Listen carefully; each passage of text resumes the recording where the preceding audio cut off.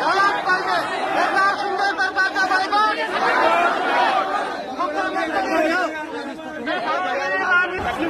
सकली बनाओ या सकली बनाने का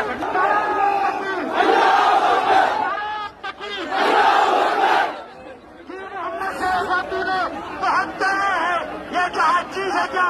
लोग गलत दे रहे हो. नारायण तकलीफ अच्छों की धज्जियां उड़ाना हमारे खून में दम. एक बार पूरा ताकत से आवाज आना, पूरा सिल्लर से आवाज आना. नारायण तकबीर, नारायण तकबीर, नारायण तकबीर. आप सबका मैं दर्द समझ सकता हूँ. आप बैठे हो तो जहाँ कुछ भी इस्लाम में समाज की बात आती है वहाँ पे नेवते नहीं भेजे जाते. जिसका जमीन जिंदा होता है वो खुद ब खुद चलकर आगे आता है.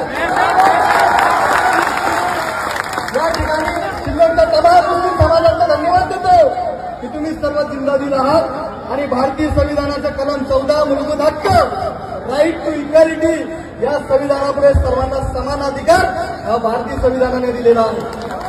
या ठिकाणी आता सय्यद साहेब सांगत होते की पोलीस प्रशासनाने हे केलं ते केलं आणि या देशाचा बाप फक्त भारतीय संविधान आहे आणि संविधानाने अधिकार दिला आहे आंदोलन करण्याचा.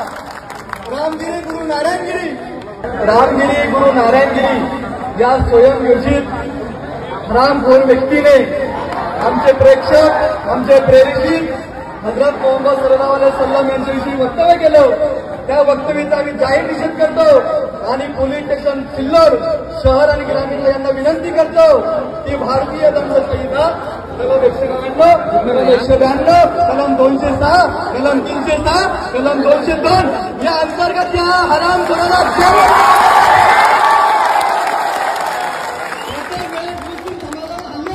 मुस्लिम समाजाला काय गांडू समजलं का? शांततेच्या मार्गाने हजार विषयपात सल्लल्लाहु अलैहि वसल्लम यांनी दिलेल्या शांततेच्या मार्गामधून आपण प्रत्येक वेळेस प्रचार करीत असतो. आता मुस्लिम समाज हल्ले सहन करणार नाही. ज्याचा पुढात दम असेल त्याने समोरून वार करा, जर मागून वार करा तर इस्लामची शिकवण 313ची आम्हाला सुद्धा आहे. ला इलाहा इल्लल्लाह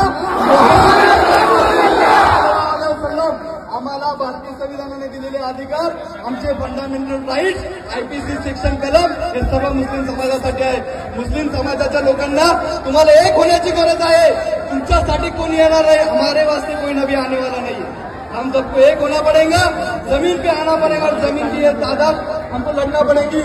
ये भारतीय जनता पार्टी, ये आरएसएस, ये हाफ चड्डी वाले हमको सिखाएंगे. खुद धोना नहीं आते, हमको धोना बोलते. समस्त सिल्लोडवासियांचा मुस्लिम समाज हा रस्त्यावर येईल आणि जर त्या रामगिरीला अटक झाले नाही तर यांनी ते नावं घेतले या पोस्टरवर, पण यांची एवढी लायकी नाही.